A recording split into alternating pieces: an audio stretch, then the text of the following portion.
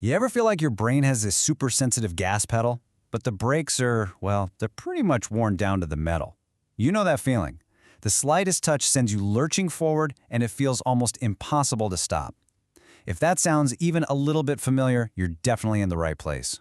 We're going to break down why that happens and, more importantly, what you can actually do about it.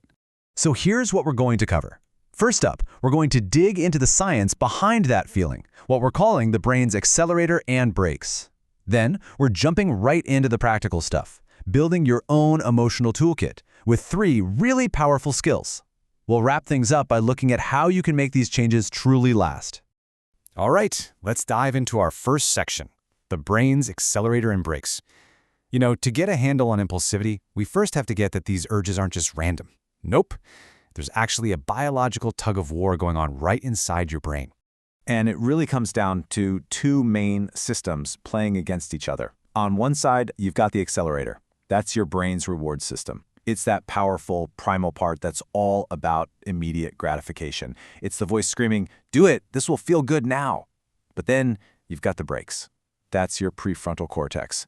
This is the more evolved part of your brain, the one that handles planning, consequences, and says, hang on, let's think this through first. So here's what's really happening. When impulsivity wins, it's like that accelerator is slammed to the floor, and the brakes, they're completely shot. The urge for that instant reward just completely drowns out the voice of reason. So, our first big goal, it's all about strengthening that braking system, and we're going to get into exactly how to do that.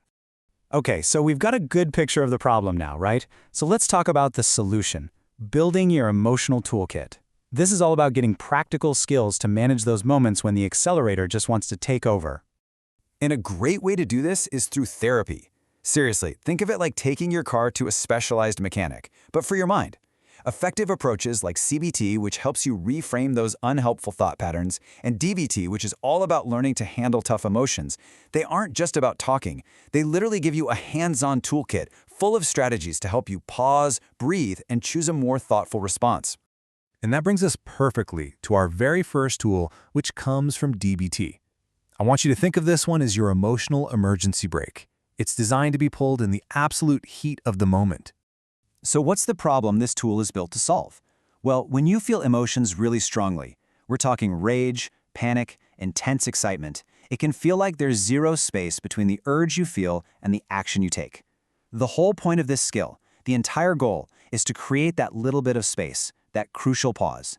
Here's how it works. It's an acronym, STOP. S is for stop, literally, just freeze. Don't move, don't react. T is for take a step back. That means creating some distance, physical or mental, from whatever is triggering you. O is for observe. Just notice what's going on, inside you and around you, without any judgment. What are the facts? What are you feeling in your body? And finally, P is for proceed mindfully. This is where you ask yourself, okay, what's going to make this better and what's going to make it worse? And then you act with intention. All right, so once you've hit that emergency brake and created a little pause for yourself, we can bring in our second tool. This one is all about thinking through the consequences by weighing your urges and looking at the bigger picture. This one is super simple, but honestly, so powerful. It's the 4 square pros and cons exercise. Let's use a real-world example, something like the urge to just yell at a coworker. We've all been there, right? So first, you'd list the pros and cons of acting on it. Pro, it might feel good for a second. Con, you'll probably feel embarrassed later and you've hurt a relationship. Then you do the same for not acting on it. Pro, no fight and you keep things professional. Con, you don't get that immediate release. Just seeing it all laid out like this can completely change your perspective. Okay, for our third tool, we're shifting gears a little. This isn't so much an in-the-moment fix, but more of a long-term strategy for keeping your brakes in top shape. We're talking about mindfulness. Mindfulness is really just the practice of paying attention to right now, without judging it. And listen, this is not just some feel-good idea. It literally, physically, rewires your brain.